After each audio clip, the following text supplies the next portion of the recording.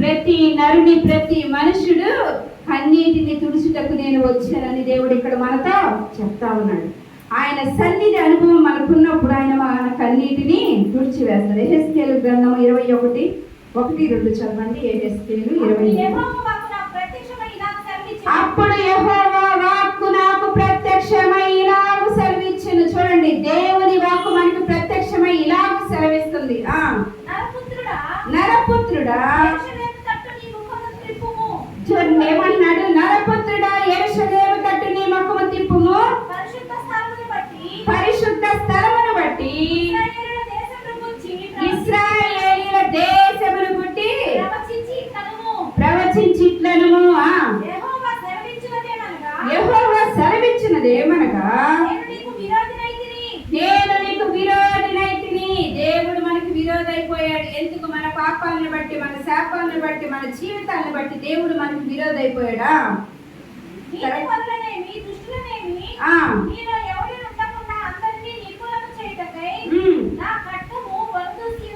చాలండి. ఇక్కడ ఏంటంటే మన ముఖము యెరూషలేము వైపు తట్టు తిప్పుకోవాలి. యెరూషలేము అంటే ఏంటి? ఆయన సన్నిధి.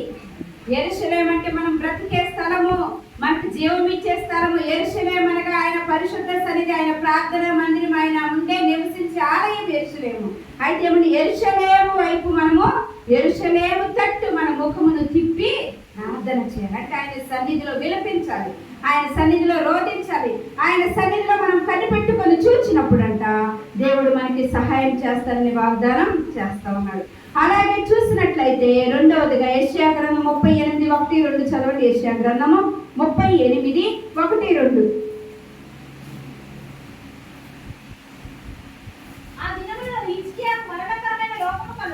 ఆ దినములలో హిజ్కియాకు మరణకరమైన రోగము కలుగగా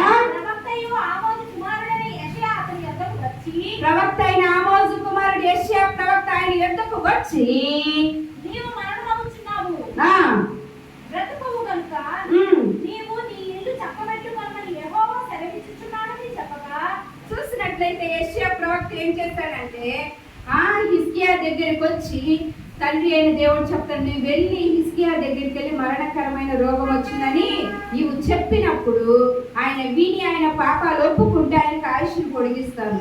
ఆయన విని ఆయన పాపాలు ఒప్పుకోకపోతే ఆయన ఆయుష్ ఉండదని చెప్పన్నప్పుడు హిజ్కియా దగ్గరికి వచ్చి, అయ్యా తండ్రి అయిన యెహోవా దేవుడు రాత్రి కాలంలో దర్శనం నా ఎదురుకు వచ్చి నీ దగ్గరికి వెళ్ళి నీకు మరణకరమైన రోగం వచ్చింది, నువ్వు చనిపోతావని చెప్పమన్నాడు. కానీ వెంటనే ఆయన పశ్చాత్తాపడి యెరూషలేము కిటికీ వైపు తలుపులు తీసి యెరూషలేము వైపు చూస్తూ ప్రార్థన చేస్తున్నాడు.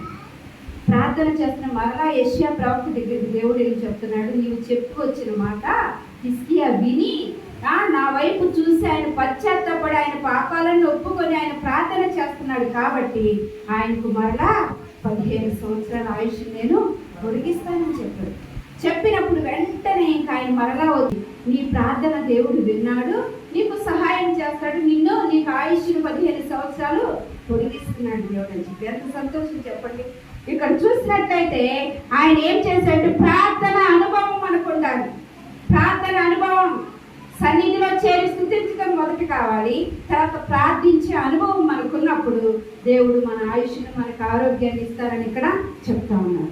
మూడవదిగా చూసినట్లయితే మన ముఖము నేల తట్టు త్రిప్పుకోవాలంట. అంటే మనకేం కావాలి, స్తుతించే అనుభవం కావాలి. నేల తట్టు తిప్పుకోవాలి, నేల వైపు వంగాలి, దీన మనసు కావాలి. ఇక్కడ చూస్తే నెహెమ్యా గ్రంథము 8వ అధ్యాయము 5-6 వచనాలు చదవండి. నెహెమ్యా 8వ అధ్యాయం 5-6 వచనాలు.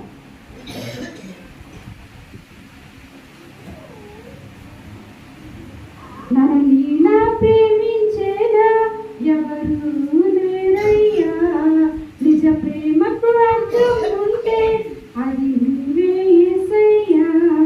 నన్ను నీలా ప్రేమించేదా ఎవరు లేరయ్యా, నిజ ప్రేమకు అర్థం ఉంటే అది నువ్వే యేసయ్యా.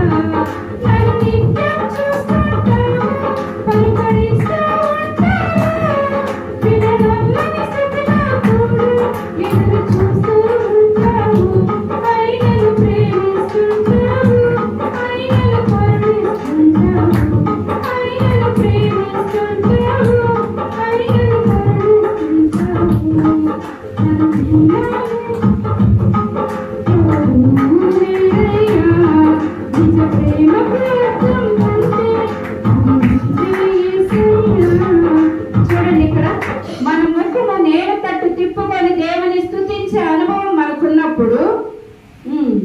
నెహెమ్యా 8:5-6 వచనాలు. అప్పుడు ఎజ్రా ఎత్తుగా నిలువబడి జనులందరూ చూస్తున్నప్పుడు ఆయన గ్రంథము విప్పెను. జనులందరూ నిలువబడి మహాదేవుడైన యెహోవాను స్తుతించగా, చూడు జనులందరూ తమ చేతులెత్తి ఆమేన్ ఆమేన్ ఆమేన్ అని పలుకుతున్నారు. ఏమని, అవును గాక, కార్యం జరుగును గాక, జరుగును గాక, జరుగును గాక అని పలుకుతా ఉన్నాడు అనమాట. అయితే ఇక్కడ చూసినట్లు ఎజ్రా ఏం చేశాడు, అందరినీ చేతులెత్తి అనుభవం నేర్పించాడు. అంటే చేతులెత్తి ఆయన ఆరాధించడం, చేతులెత్తి ఆయన స్తుతించడం, చేతులెత్తి ఆయన గణపరచడం, చేతులెత్తి ఆయన మనము ఉత్సహించి పాడటం ఆయన నేర్పించాడు. అందరూ ఏమంటున్నారు అక్కడ, ఆమేన్ ఆమేన్ పలుకగా నేలకు ముఖములు వంచుకొని తండ్రి అయిన దేవునికి అందరూ నమస్కరించారు. మొదటేమో చేతులెత్తి స్తుతించారు, తర్వాత ఏం చేశారు, అందరూ కూడా నేలకు సాష్టాంగపడి వంగి ఏం చేశారు, అందరూ నేలకు తల వంచుకొని ప్రార్థన చేయడం నేర్చుకున్నారు. మనకే అనుభవం కావాలి చెప్పండి, స్తుతించే అనుభవం. అంటే సన్నిధిలో చేరి ఆయన సన్నిధి అనుభవం మొదట కావాలి. తర్వాత సెకండ్ గా ఏంటంటే ఆయనను మనము దేవుని వైపు చూసి, ఆయన తట్టు చూసి ప్రార్థన చేసే అనుభవం కావాలి. మూడోది ఏంటంటే ఆయన స్తుతిగా గణపరిచి ఆయన స్తుతించి ఆరాధించే అనుభవం ఉన్నప్పుడు మన కన్నీటిని ఆయన నాట్యముగా మారుస్తాడు. అలాగే మనకు వస్తున్న ప్రతి బాష్ప బిందువును ఆయన తుడుస్తానని చెప్పాడు. తండ్రి అయిన దేవుడు తప్పితే ఎవరి లోకములు మన బాష్ప బిందువులు తొడవలేరు, మనకు వచ్చిన కష్టం నుంచి విడిపించలేరు, మనకు వచ్చిన శ్రమ నుంచి తప్పించలేరు, మనకు వచ్చిన అపాయం నుంచి ఎవ్వరు కూడా మనల్ని తప్పించేవాడు ఈ లోకంలో ఎవరు. దేవుడు తండ్రి అయిన యెహోవా దగ్గరికి వచ్చి ప్రార్థన చేసి మొరపెట్టి ఆయన సన్నిధిలో స్తుతించినప్పుడు నీకు వస్తున్న కష్టము రాకుండా దేవుడు తప్పిస్తాడు. నీకు వస్తున్న ప్రతి శోధన రాకుండా, శోధనలో ప్రవేశించకుండానట్లు మెలకువ కలిగి ఆయన సన్నిధిలో ప్రార్థించమన్నాడు.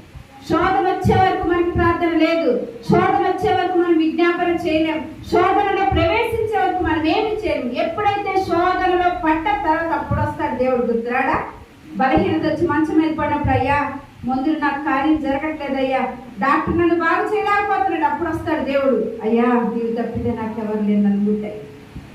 బాగున్నప్పుడు మన ఇష్టం వచ్చినట్టు జీవిస్తాం. బాగా ఆరోగ్యముగా ఉన్నప్పుడు నా అంతటి ఆరోగ్యవంతుడు లేను, నా అంతటి ఆరోగ్యవంతుడు లేదని మన ఇష్టం వచ్చినట్టు జీవిస్తాము. కానీ దేవుడు మాట్లాడుతూ ఉన్నాడు ఏమని, ఆరోగ్యం ఉన్నా అనారోగ్యం ఉన్నా ప్రతి సమయంలో సంతోషంలో దుఃఖంలో ఎప్పుడు కూడా దేవుని నీవు ఆశ్రయించినప్పుడు ఆయన ఏమని చెప్తున్నాడు, సింహపు పిల్లలైన లేమి కలిగి ఆకలి కొంటాయి కానీ దేవుని కలిగిన వారికి ఏ మేలు కూడా పొదువై ఉండదు. కాబట్టి పొదువై లేని దేవుని దగ్గరికి వచ్చావు. కాబట్టి దేవుని సన్నిధిలో ప్రార్థన చేసుకున్నా.